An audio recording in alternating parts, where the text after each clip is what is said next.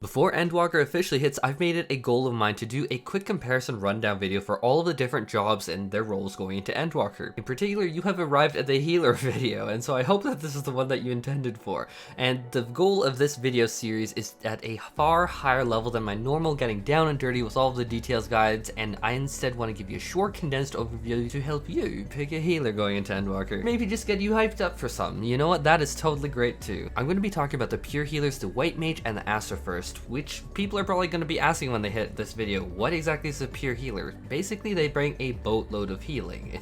Relative to anything, they're like bringing the dump truck of healing. Then the second new classification that they're adding into Endwalker is the barrier healers, and they focus more on barriers, mitigation, padding, and damage. Not necessarily that they can't do a ton of healing too, that would be a grotesque oversimplification, as well as the pure healers definitely dip their toes into barriers and mitigation too. But primarily that's the function of these healers. As always, if you like this video and learned something cool from it, I would super incredibly appreciate if you threw a sick booty, god, did I say sick? I meant thick. A thick bootylicious sage at that like button, and cat daddy that subscribe button. Let's talk white mage first, and the white mage is the absolute premier on GCD raw throughput healer. That means that most of their healing is going to be coming through their on global cooldown cast. Oddly enough, makes it very unique compared to other healers. Not that it's a slouch in the off GCD department, it just has so much more of its healing on the GCD than like say Astra or Scholar or Sage. If you think that's a bad thing, oh no. The white mage has an extremely, and I mean an extremely severe burst healing toolkit. When we talk about a healer that can pump out numbers, the white mage is it. And I would, yes, absolutely argue that the white mage, when punching blows with literally any other healer,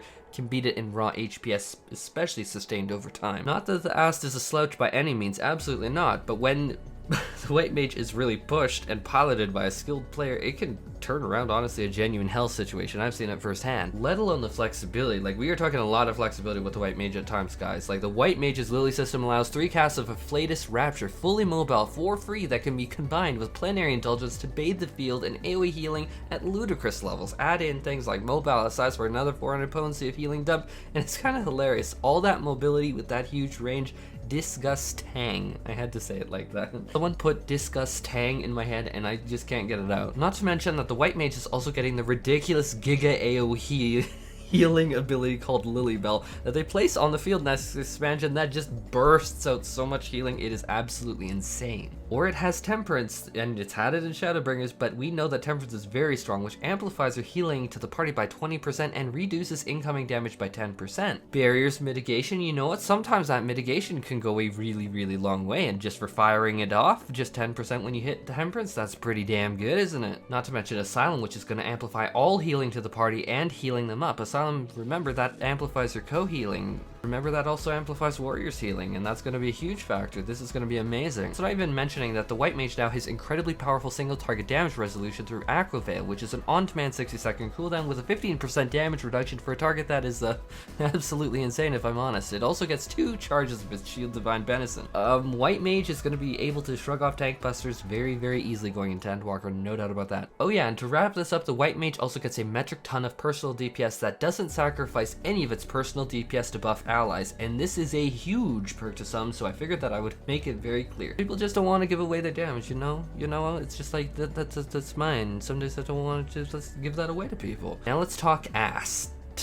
Ast is the premier #1 buffing healer in the game beyond any shadow of a doubt. If you want to buff allies with a super ton of very appreciated DPS buffs, then Ast is the way to go. But likewise, if that's not your thing, like I was just saying for the white mage, where you want to keep all your damage, probably avoid the Ast. But I do need to say, playing the Ast myself for all these expansions through Heavensward, Stormblood, as well as Shadowbringers, its card management system is extremely fun, and is honestly one of the best minigames I've played as a core mechanic in an MMORPG ever. This also features a seal system to unlock the powerful Astrodyne ability perks that are super incredibly powerful and add a solid layer of interest and intrigue and complexity that are just really fun to the Ast. But let's also talk about the Ast in terms of its healing, because we were talking so much about how strong the white mage is. The Ast undeniably is not a slouch. It just heals in a very, very different way than the white mage. While we were talking about the white mage is largely more on GCD healing, the Ast has a tremendous array of their heals in off GCD abilities. We're talking Collective Unconscious, we're talking Earthly Star, we're talking Celestial Opposition, we're talking about so many different off GCD abilities, Horoscope, like the list goes on and on and on. My point is that it's a very different way to approach it. You're still going to be weaving and throwing out your Malefic, don't get me wrong. As an Ast, it's still super important to keep casting damage spells, but you,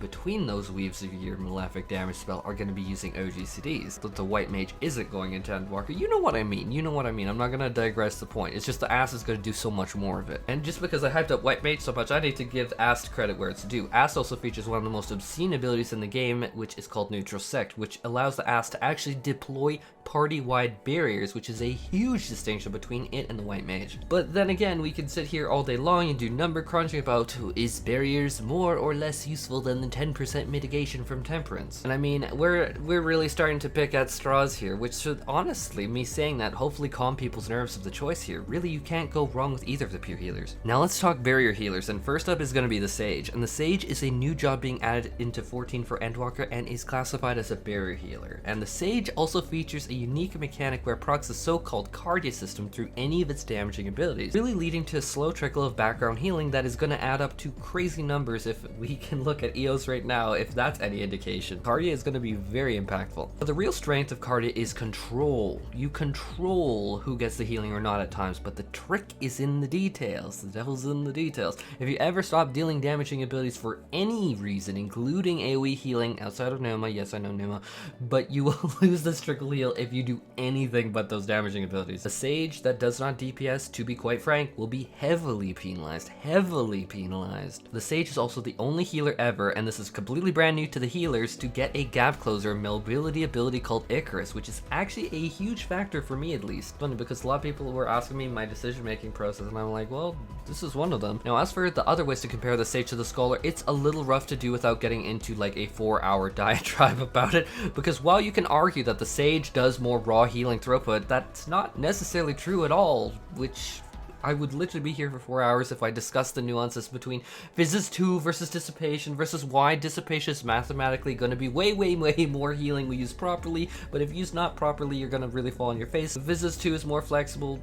Do you get how that gets a little dicey? To avoid that rabbit hole, I am going to do the catch-all that if you want that sort of detail, I do recommend you check out my Sage versus Scholar comparison article on my website, FFXIV. It's not paywall, there's no ads on it, I literally am just doing it to help the community out.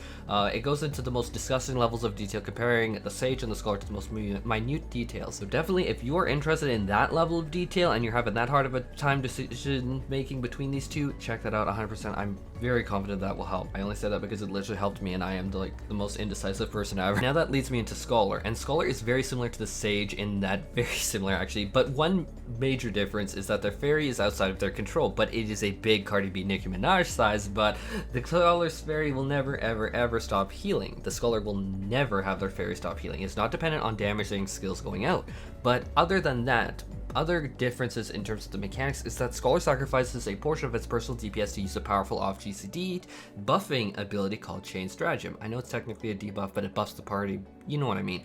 And I know that that will scare some players off, because it's like what I said for the white mage, is a lot of people don't want to give away their DPS. It's just like a pug might not perform as well with my DPS, so I don't want to lose it. It's a very valid complaint. I should say though, it's not a major reduction in personal DPS to the same level as Ast, but it is there. More important distinction though is that the Scholar gets the Expedient ability that will give everyone in the party double the duration of an in-combat sprint of movement speed, which obviously you can combine sprint with it for 30 seconds of mobility through the fight. One doesn't close off the other. It's going to potentially be actually, how to say it, if I'm looking at any ability that might break the game and might force a meta, it's currently Expedient for the Scholar. I'm just gonna say it outright. I think a lot of people are really sleeping on this for progression rating. I mean, this is kind of crazy. We've never seen a in-combat mobility ability for the entire party to this level. This is going to be crazy. Personal gap closer or Expedient? Hard choice, actually. But beyond that, the Scholar's Fairy acts as a focus for many of their abilities. This lets the Scholar heal, shield, mitigate allies from completely janky locations, and yes, there is a huge swath of abilities that are related to that allows all of those things that I listed off. I'm not joking, and it enables a ton of degenerate flexibility with the Fairy. You can be out in like Hawaii, and then your party's out here in like Canada or whatever, and this Fairy's still gonna heal everyone. It's kind of nice, actually. On the flip side, the Scholar, while I would argue has a bit more powerful use cases with things like Dissipation, it can be severely punishing. Dissipation used poorly can be very, very punishing, actually. I'm not gonna go into the detail because I realize we're almost at 10 seconds. Scholar has easier time with Fairy heals, but harder time with some of its mechanics. Likewise has the opposite problem, where cardio will be very difficult to keep up. Oh boy, that got a little longer than I wanted here, so take care everyone and have a fantastic day. Gotta get off here. Let me know what healer you're looking forward to in Endwalker.